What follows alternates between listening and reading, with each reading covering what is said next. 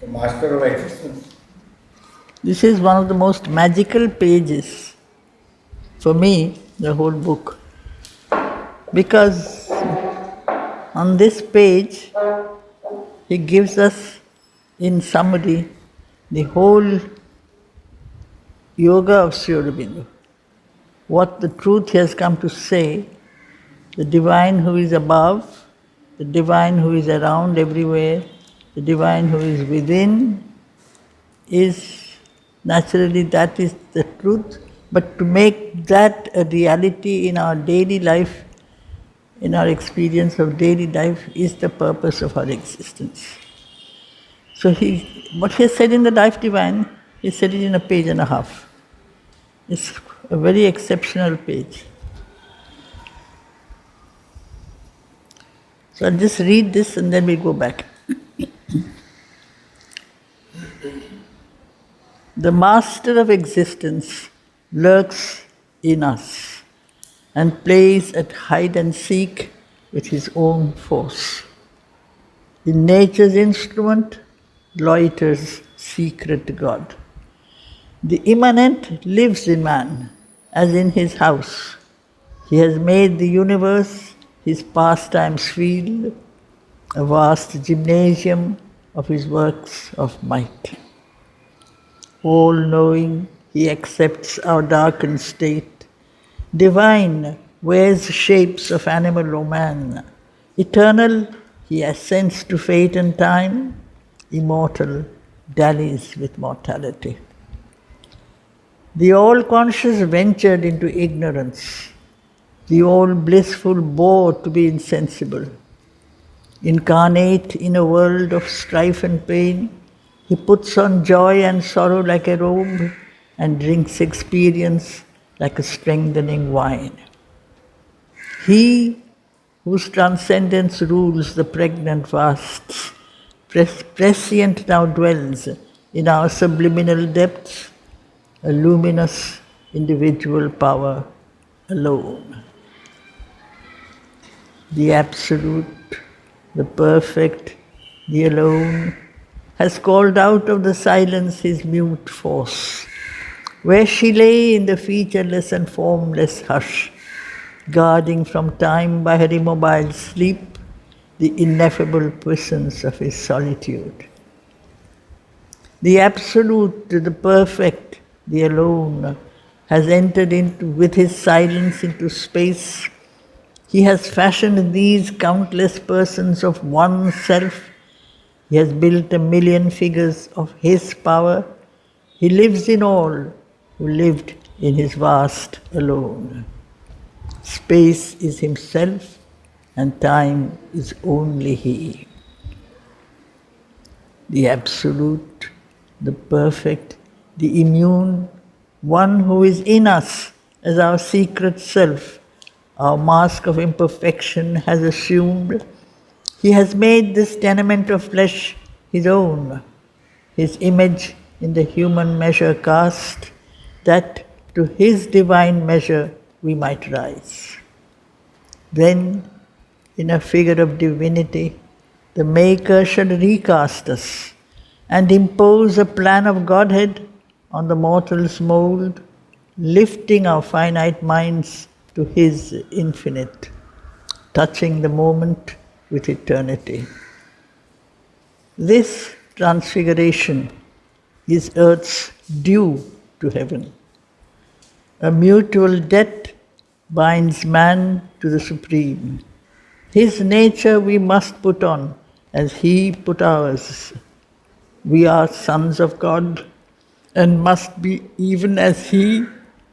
His human portion, we must grow divine.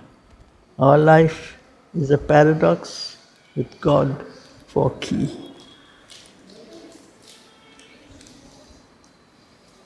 It's just a kind of mantra that he has put on this page.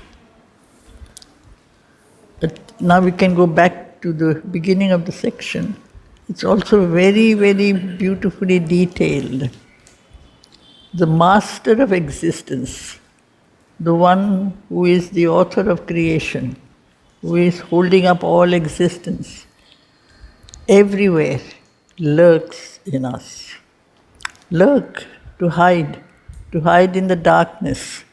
In our inconscience, in our darkness, he is hiding. And plays at hide and seek with his own force. Nature, or the universal energy of manifestation, the Shakti in the beginning, the lower creation, later the higher nature, all these things are his force. He uses them slowly, that through her she will unveil the hidden presence. That is her work. She has to bring out of us the hidden presence. That is the push. That is the working of nature. From the lesser to grow into the greater. The evolution of consciousness. The evolution of consciousness, the conscious being is hiding in us. We are not ready for that yet. We are not ready to manifest the divine. So the outer presence remains, the outer nature remains like a, you might say, a cloak. The inner presence is always there, it never leaves. When the divine force starts working and we allow it to work gradually, she removes from us our resistances, if we want them to be gone. If we choose not to remove our resistances, she will wait. She will try not to push us too much. We have to participate in our own yoga. That's why that is a kind of game of hide and seek. He is there, he is hiding, she is apparently seeking. She is nature, she is manifestation, but the outer manifestation is not yet capable or ready to manifest the divine presence. Every particle in us has to be pure for the divine presence to be manifested. The immanent lives in man. Immanent is he who lives within. The indwelling presence. She is there. Lives in man as in his house. It is, earth is his home. Man is his home. It is not that we are alien. It is not to say that the divine is above and we are below. The divine is also below. The divine is us. But we are perfectly, completely ignorant. And we choose to remain ignorant. We have turned our gaze away from the within and we look outwards. But it is his house. He has made the universe his pastimes field. It's a game. The whole play of manifestation, where there is rise, there is fall, there is darkness, there is light, there is death, there is life. All this is like a game, but they are all part of his plan. Nothing is there which is not part of his plan or controlled by him. But he seems to be hiding. It's like a game of hide and seek. It's the ancient concept we had of Leela. The spirit is there. The individual consciousness chooses to look away from the spirit to find that the surface ego, the surface personality is the true person. As long as that goes on, the spirit stays in the background. But then a point comes when these resistances have to be removed. So this world is the world of great change. Manifestation is the field of change. That's why a vast gymnasium of his works of might, where he will work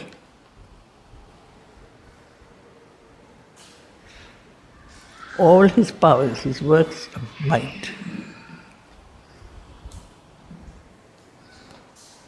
All-knowing, he accepts our darkened state.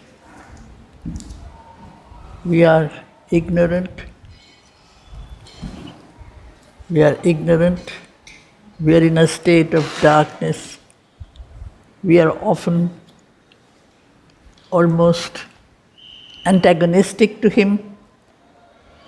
He knows that there are periods of rise which will always be followed by periods of fall. We turn towards the light, we turn away from the light. This is the nature of the play. There is day, there is night. We accept night as part of the truth. We accept darkness as normal. We don't accept light, continuous light as the truth. We can't bear it. We can't bear too much light. It's part of our nature. So this acceptance of our weakness, of our incapacity, is because He has made us like that for a while, until from within the need to be no longer like that comes up. We have accepted to become darkened. Divine wears shapes of animal or man. All that is divine, which is outwardly not apparent. You say divine is an idol in a temple. The divine is a beautiful figure in a photograph, in a place. Divine is man. Man is a temple, if he knows how to make himself a temple. His being has to be made purified. He just wears a shape of animal or man. Yet eternal, he ascends, he accepts.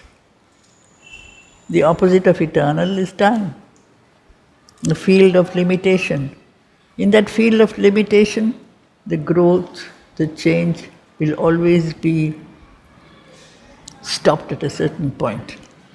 Because caused by our weakness and our failure, we cannot go on forever. That is why we call it fate. Fate, death, doom, because it's an incapacity to hold on to that consciousness all the time. The divine consciousness is there, but we can't hold on to it. We lose touch with it, and therefore we fail. He says it will be like this for a long time. Immortal dallies with mortality. To dally is to play, to waste time. He is the eternal, He is the immortal, He plays at mortality. So it is almost as if man is a being who does not have to be the way he is. Through man he is playing. He is playing with oppositions, with weaknesses, with errors, because sometimes you might realize errors, oppositions are the best way for us to be shaken out of our tamas. We are made to wake up fast because we get a blow. We realize. So his way of looking at things, that's why it's a gymnasium. We have to go through life. He gives us experiences that shake us from our dullness. It is otherwise very easy to say that the divine is everywhere, the divine is everything, the divine is doing everything, but I am not aware of it. It's just a sentence. Do I see him at work in all things? Do I participate in that? Am I conscious of it? I am not. And because I am not, he shakes me into awareness. So that when I fall asleep, when I turn away from him, we are shaken out of that through all kinds of difficulties, so that we become aware that only through that all solutions will come. It is a field which seems to be contrary to his nature. Darkness is contrary to his nature if we say darkness is not divine. But there is no contrary. Darkness is also something which is part of his nature. There is nothing that he is not. Darkness is the field where he has plunged, and out of that darkness all his light will slowly emerge, the involution of consciousness. So you see the enormity of possibilities that is there in darkness, in inconscience. In man, We're climbing out of the mud slowly. How can we climb out of the mud unless that urge to climb? And that urge to climb is her power. She is his power. And so it's a continuous play of forces. We have to come out. We have to grow. So it's a game. It's a very slow, long game because the darkness also is a huge universe. He ventured into ignorance. Venture is when you take that plunge, it's daring. It seems to be contrary to the divine, but there is no contrary to the divine. Everything is part of the divine plan. The all blissful, therefore he put on, he who is delight. He created the universe for his own enjoyment because there was nobody else. He was the one who created the universe because he wanted to. And that is joy, that is ananda. When you do something because you want to do it, nobody is forcing you to do something. That is ananda. The all blissful bore.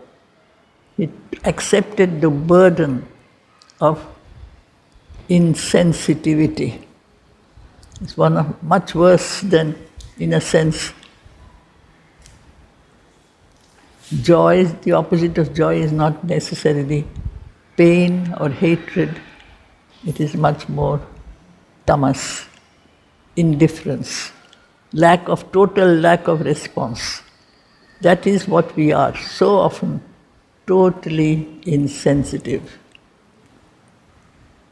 That is the most difficult layer to crack, to come out. Hatred or dislike is like a battlefield. There is a play of forces. But where there is total insensitivity, there is complete inertia. It is this also that he has created. Out of this complete inertia, which is the field of unconsciousness, from which slowly matter has emerged. Matter is a field of energy which seems inert, but it is not. Matter becomes a completely, you might say, universal starting point for life. It contains all powers. But otherwise, when we look at matter, it seems dead. But this material world cannot give birth to life. Out of the soil, life has come out. All energy is therefore hidden in the soil. He accepted that state. All this play of outer opposites, which is the way our mind works. We like to divide things into black and white. The high and the low, the divine and the undivine, ignorance and knowledge. It is us. Essentially, it's all one. The unconsciousness is also part of the supreme consciousness. The absolute darkness is actually the home of all light. There is no opposite. It is our lack of vision, because we see according to our vision. Our vision is narrow, and so we see things in small compartments. I see this, I can't see the opposite. Incarnate. He puts on a body. Incarnate really means to put on a body of flesh and bone. He is not only spirit. He is not only somewhere far up in the skies. He is here, in every particle of matter, in a world of strife and pain.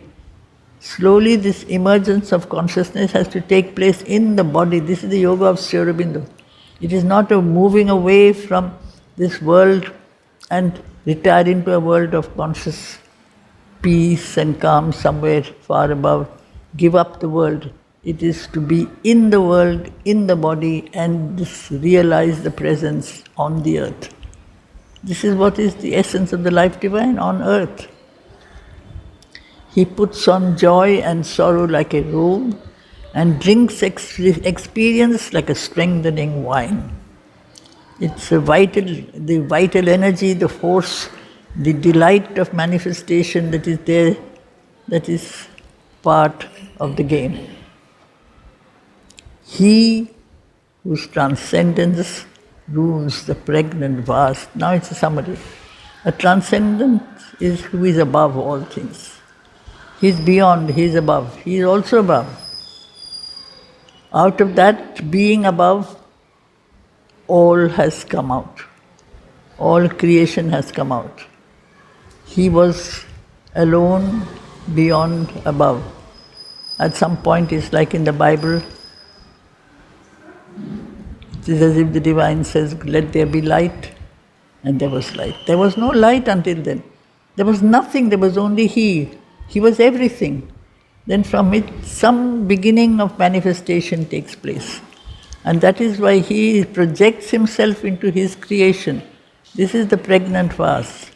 He came down into our world. Prescient now dwells in our subliminal depths. He came down from above and is within us, below. He is above, He is below. And because He is below, what is below can slowly go back above. The yoga of climbing back to the origin. You go back to the divine. That is the purpose of Sri Aurobindo's yoga. The earth has to reunite herself with the origin. It is not earth here and heaven there. It is this earthly life that has to become an expression of the divine. It is a luminous individual power alone. He is alone, He is the all, He is the each. Those are the three things: the transcendent above, the universal around, the individual in each particular element. So now he's describing these three, they are called statuses. These three statuses, the absolute. Absolute is complete, perfect, which is lacking nothing. That is the word absolute. Supreme, the perfect, the alone. In our world of relativity, there is no perfection. Everything is part of a process. He is complete. Therefore, He is the alone. This is the transcendent, the Brahman, Tat. From that supremacy, He has brought out His energy, His Shakti, you might say, this is the mother's power, has called out of the silence His mute force. So it is as if from the one, He projects His force and she creates the many. The unity becomes the source of all this multiplicity. Until then, she was waiting inside Him to be called up. Until then, she lay in the formless hush, because He didn't have a form. If you have a form, you have a limit. It's like a kind of a outline. How do you describe the infinite? Does He have these features? How do you draw a figure of the absolute? It will always be limited, it will always be relative. She was part of that. She is that also. But she came down. What was she doing until then? She was simply guarding what? The presence of His solitude. She was guarding from time. Because what does time, the field of time in which we live, what do we notice in the field of time? In time there is progression, there is degradation. Things break up, things are born, things grow, things change. In Him there is an absoluteness. It is as if she is like the shield, and behind that shield He is standing there. Nothing can touch Him, nothing can disturb Him, because He is the nothing, He is the all. You can call Him the nothing, He is the zero. The zero which is the all, which is the absolute.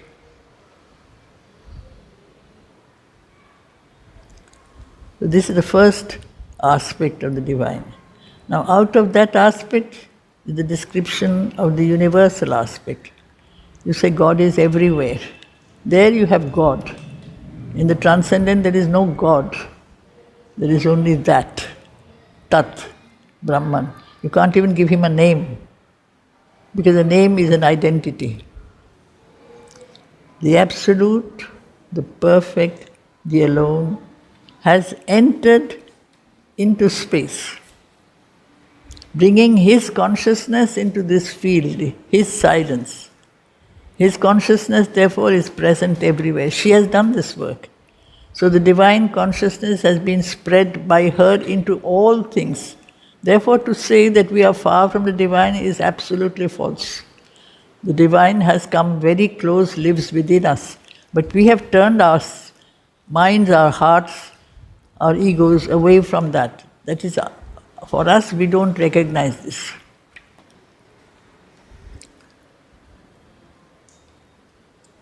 So she has entered into space, because space and time are the fields of creation. All things exist in space and time. It's a field of manifestation. Beyond space, beyond time, you have Akash. There is no space, there is no time, there is no limit, there is no design. You can't say this is infinite. What is infinity? What shape does infinity have? What is the characteristic of eternity? You cannot describe these things because they are beyond the mind. They belong to the world beyond the supermind, the supreme. Then from that, he's actually describing that supreme consciousness from which the truth has been projected. The first stage is the supramental. She has brought his truth into our world. This is Mother's work. This Absolute has fashioned these countless persons of oneself. The one is the many. All are part of the divine, all are the whole divine. In each, the part is the whole, because the infinite, a part of the infinite is also infinite. All of us are divine, essentially. It is through her medium. He has built 1,000,000 figures of his power. She is the power. Expressions of multiplicity, of diversity. There is no similarity. No two people need to be the same. In nature, she does not do anything that is repetitive. She continuously creates new shapes, new forms, new possibilities of manifestation. He has built 1,000,000 figures of his power. He lives in all who lived in his vast alone. Lived, in the beginning there was nothing but him, but now he is in each, in all. There is nothing, nowhere that is not he. You don't say this is a holy place, that is not a holy place. All. Space is himself. Nothing can exist outside space. Space is himself and time is only he. The whole creation is defined by space and time. Now see, the mantra is a little different. The Absolute, the Perfect, the Immune has replaced the word alone. There was no duality in him. Now there is immune. It's very suggestive because this force has plunged into the darkness. But he has plunged into the darkness without becoming dark. It's like the light, or it's like you might say the grace that comes down. We get it if you look at the experience of, say, a lotus. The lotus is the avatar, the flower of the divine manifestation. It blooms in the mud. It is untouched by the mud. It's always there in the mud, in the water, but it is never wet. It's immune to its surroundings. So this divine consciousness is in us, surrounded by our inconscience, by our mud, by our dirt, and is completely untouched, undisturbed by the consciousness. That is why, because that presence is always pure, we, the impure as we are on our surface, can connect with it. This is possible, this is the yoga, the unifying factor. Unite yourself with your true self. The true self is he. The power to unite our surface self with that true self is what is her work. This is the work of the Mother. One who is in us as our secret self. So Mother has also described we have two souls. We have the surface self and we have the inner self. The inner self is the divine. The surface self is our ego. We identify ourselves with our surface ego. It is in us as our secret self. Our mask of imperfection has assumed. Imperfection is a mask. The mask is not the face. The mask has to go. The covering is not the person. There is a beautiful line. The ultimate mask is death. There's a beautiful line later in Book 11 where Savitri sees death. The dim mask had grown a wonderful face. That is, behind the mask of death is the Supreme. Behind the mask of darkness is the beauty and wonder of the Lord. There is nothing that is not the Lord. So this is our mask of imperfection. We are all masks. Masks are many-colored, masks are varied, masks are sometimes very ugly, very disturbing. He has made this tenement of flesh, which is our body. Tenement is a house, but it's not a very good house. It's a broken down, dirty house, which is our nature filled with all kinds of imperfections and impurities, which is easily breakable. Our house breaks down, our body breaks down, we die. But it is still the house of the Spirit. The house of the Spirit, therefore, is spiritual. The body is spiritual. The body is not material. Essentially, all is spiritual. Our mask of imperfection has assumed, he has made this tenement of flesh his own, his image in the human measure cast. He has reduced himself to appearing like us. This is his sacrifice. He has come down into this world of imperfection, puts on the appearance of our nature, so that this is a human being, but the human being is a divine being. He has done it knowingly, willingly. This is the debt she speaks of. He has become like us so that we become like him. If he can make this sacrifice, why don't we? His image in the human measure cast, that to his divine measure we might rise. This is the transformation, and the transformation is not impossible because he's already there. He is already there within us. We remove the mask, we remove all the layers of darkness and ego and inconscience. This is the long, slow, we might say, effort and sadhana that we have to do to bring out of ourselves the person that we truly are. Truly we are divine. Essentially all is divine. To remove all the outer layers of ignorance. Ignorance is the great, we might say, obstacle. When that is done, then in a figure of divinity, the Maker shall recast us. Like beautiful works of art. A statue, a metal statue is cast. It becomes a golden statue, embodiment of gold and beauty and perfection and light. We are worthy of that. Today, if we were put in the expression of the divine consciousness in our outer nature, we would not be able to stand it, we would not be able to bear it, because all the elements in our being are still so unaware of the divine.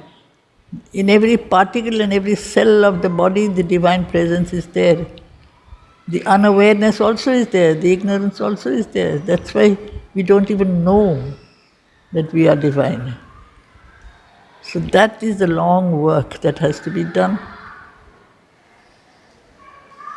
Then we shall be recast as, and this is a new world Mother has been speaking about, and impose a plan of Godhead in the mortal's mold. A new manifestation of divinity, of perfection, in the mortal, not the divine who is eternal and immortal. as it is. The mortal as he is also divine, and therefore he becomes an expression of the eternal. Lifting our finite minds to his infinite mind. He is infinite, we are finite. We become two aspects of him. If he can come down to our level, we have to rise up to his level. Touching this moment, because we are momentary beings, transient, short-lived, to his eternity. So the dream that man has had of being embodiments of God and immortality is actually the true dream. To be an embodiment of God and light and freedom and immortality. First preoccupation of man, as Sri Aurobindo says, which will be his final preoccupation, to manifest that divinity, touching the moment to his eternity. This change, this transfiguration, is not something that is, you might say, difficult to accept or illogical. It is a due, it's a debt, it's part of an equation. The relationship of he has given us this, we have to give him back. It's a perfectly balanced, you might say, equation. His nature we must put on as he put ours. Yet we forget about that. You see, God is far above, I am small, I am weak, and we cling to our weakness. We really use our weaknesses as our defense and say, I can't do these things, I'm far too weak. The divine is strong, he'll do it for me. No, that is ungratefulness. He has done so much for me, I can't do this much for me. I can't give my little self back to him. But I can't, because I'm not even aware that I can try. There's so much ignorance. But we are sons of God. And we have to resemble our parent. We have inherited divinity. His human portion, we must grow divine. Our life is a paradox with God for key. A paradox is an apparent contradiction. But you have the clue that our life is mortal, but our life is created by the immortal, and therefore our life is immortal. If we have got hold of that clue and remain connected with that divine consciousness, whatever experiences we may go through can become a stepping stone towards our slow transfiguration. I think that is enough today. Only you read, which I typed today from page 536. There also, God must be born on earth Exactly. to be as man, that man being human may grow even as God. May grow even. Grow, yeah. So, this I wrote, and this also we are sons of Yes, God yes. and must be even Yes, as He. yes. So this only today morning I typed. So that's why I said these are very similar lines. Struck immediately. Struck immediately, Yes. morning.